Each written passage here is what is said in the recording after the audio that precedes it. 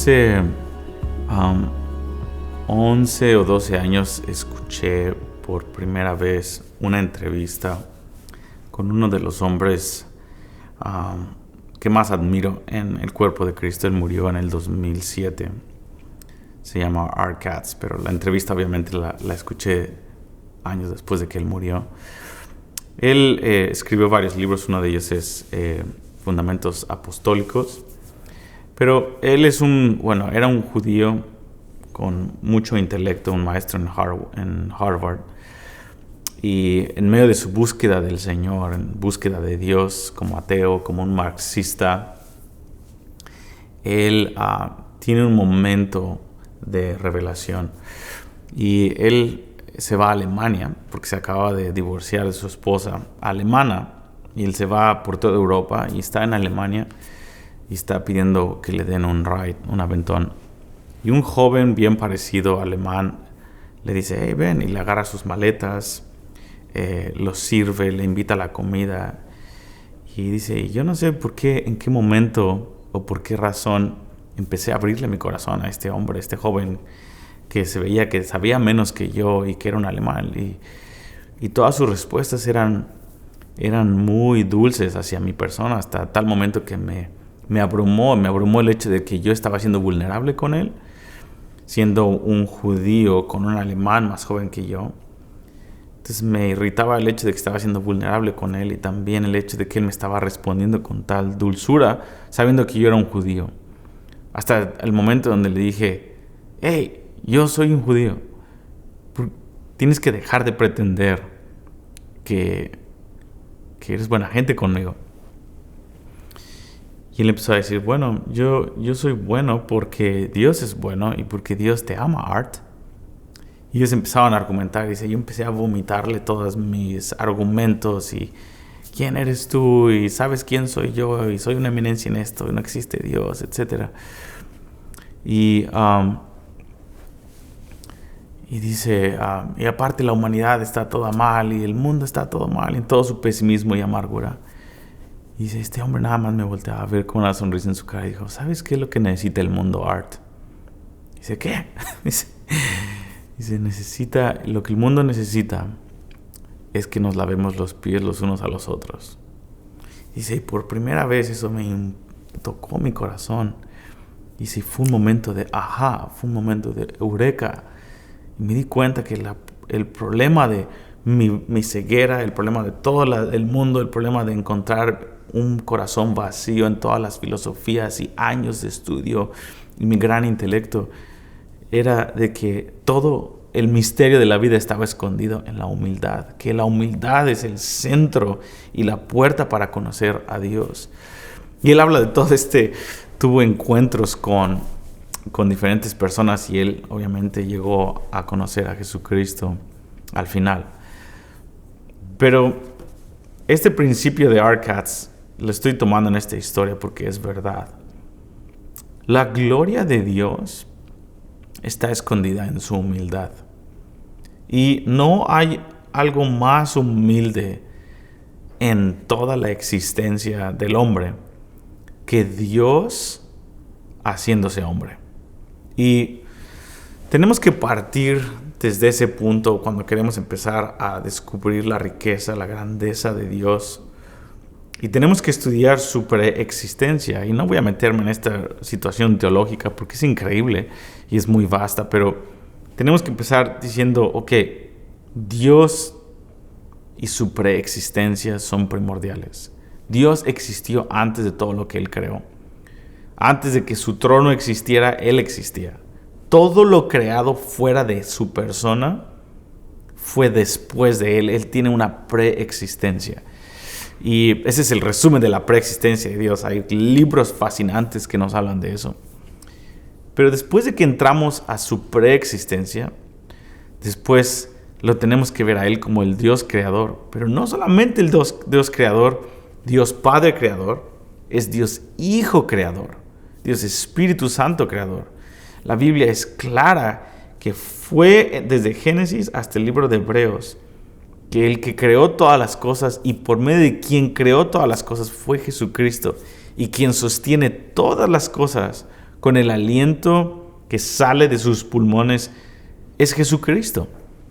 Tuvo preexistencia y en su preexistencia Él, como creador, creó todas las cosas y Él sostiene todas las cosas.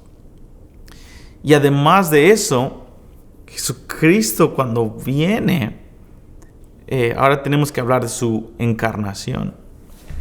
Su encarnación sin su preexistencia y su dote de creador no tiene tanto impacto. Porque cuando vemos a Jesucristo vulnerable en un pesebre, en un momento en la historia en donde era desfavorable para el pueblo judío, en una clase social muy baja, en medio de un escándalo que él decidió nacer, en el cual decidió nacer, vemos que Jesucristo tiene más que un tono de humildad. Él es el humilde. Él es la definición de humildad y Él es el punto de referencia. Es como todo el dinero del banco de cualquier moneda en el mundo. Por ejemplo, el dólar. El dólar no vale nada si no está respaldado por oro.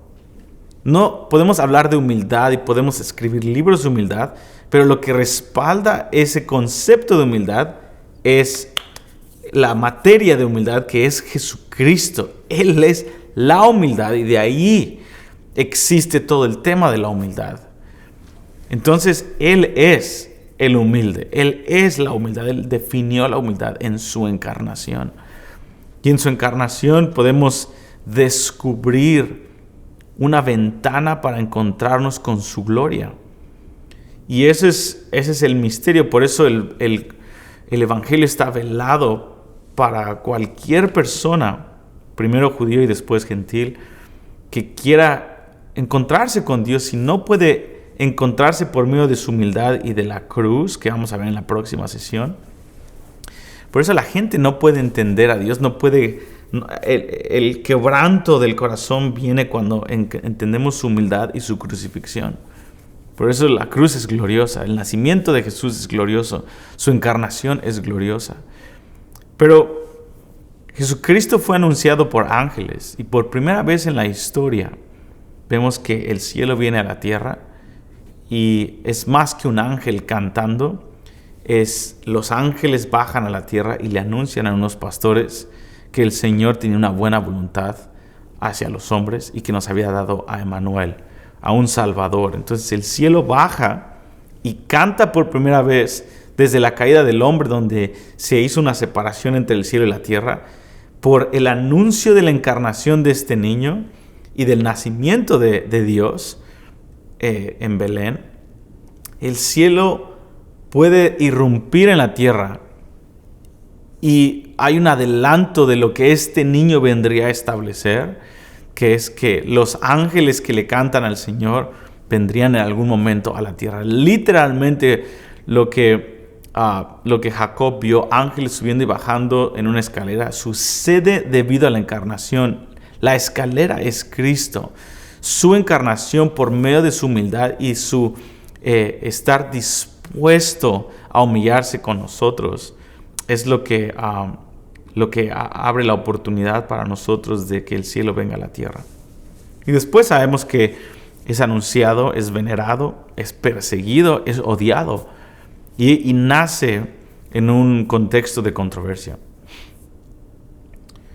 Otro aspecto de la humildad de Jesucristo en su encarnación es de que todos nosotros no decidimos dónde nacer, el color de nuestra piel, el lugar, nuestro estatus social, ni el momento en la historia. Solamente hay un hombre que decidió esto y que tiene la habilidad de decidirlo, y fue Jesús, y decidió el momento peor. y eso, Él estaba hablándonos de que Jesucristo quería venir por los pobres. Él viene por los pobres, Él viene y no se quiere desasociar de los que viven en controversias. Y eso te habla a ti y a mí. Dios no está escandalizado con los escándalos que hay en la iglesia. Él está dispuesto a entrar en situaciones difíciles porque Él estuvo dispuesto a entrar en una situación difícil para salvar al mundo. Y, en fin, estábamos hablando cómo Simeón pudo cargar a Jesucristo en sus manos en Lucas 2, junto a Ana la profetisa, pero este hombre pudo cargar a Jesús y pudo decir, ahora puedo morir en paz, porque mis ojos han visto y estoy cargando la salvación de Israel que tanto hemos esperado. Y él fue uno de los pocos de poder tener el privilegio de sostener al Hijo del Hombre en sus manos. Entonces, su preexistencia, Él es creador, su encarnación, y obviamente es lo mismo su nacimiento, la proclamación que hubo en el cielo, la controversia que hubo en la tierra, el odio que hubo en el infierno, y el gran irrumpimiento del cielo en la tierra comenzó en el nacimiento de Jesucristo. Y voy a ponerte debajo de tu pantalla 25 preguntas que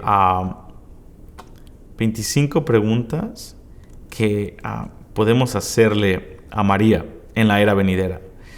Estas preguntas las tomé de un hombre que obviamente fue uno de los padres del desierto, se les llama así, pero ellos se dedicaron su vida, como ya hablé de ellos un poquito, los místicos se les llamaba, pero dedicaron décadas de su vida a estar en el desierto para encontrarse con Jesús y tener una conversación con Jesús. Entonces, uno de ellos escribió estas 25 preguntas y quiero que las tomes en el lado positivo. No estoy diciendo habla con María, no estoy diciendo nada. Y yo entiendo que no veneramos a María ni nada, entiendo toda la situación, el engaño que hay en la religión del catolicismo de ver a María como Dios. Yo no estoy ahí, obviamente.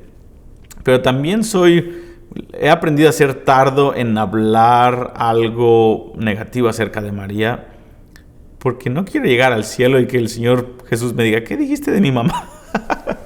Yo no quiero llegar nunca a ese momento con Jesús, así que hay que venerar a María como los apóstoles. Veneramos, no adoramos ni oramos a ellos, pero veneramos y honramos su posición en el cuerpo de Cristo y el impacto que hubo.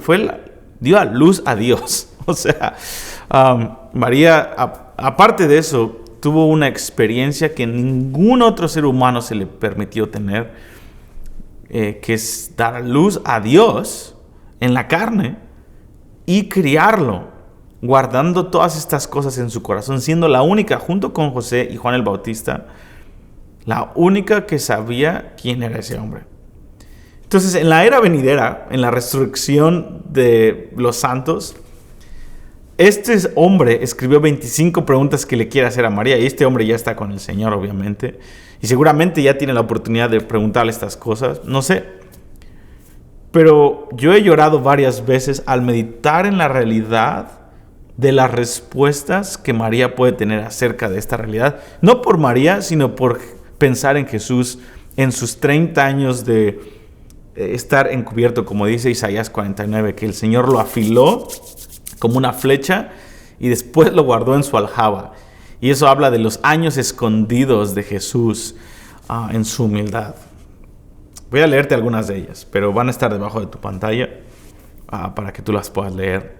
Entonces tú puedes hacer lo que quieras con estas 25 preguntas. No son canon. No estoy diciendo que hables con María, pero el ejercicio es de pensar en esos años en silencio que vemos en la palabra de Dios acerca de la vida de Jesús antes de empezar su ministerio público. Todas estas basadas en la realidad, en el hecho histórico, bíblico, de que María crió a Jesús.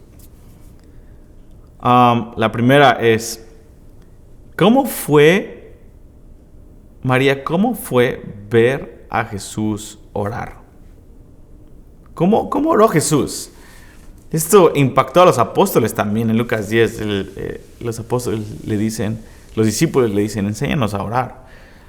¿Cómo fue ver a Jesús como niño empezar a comunicarse con su Padre, con el cual se ha comunicado desde antes de la fundación del mundo? Ver a un niño empezar a hablarle a su Padre con sus palabras, y que Jesús por primera vez por siempre no tenía las articulaciones correctas. Tal vez empezó, obviamente no tenía un lenguaje. María le tuvo que enseñar a expresarse bien con palabras en arameo o en hebreo para hablar con su padre, con quien ha tenido comunión por siempre.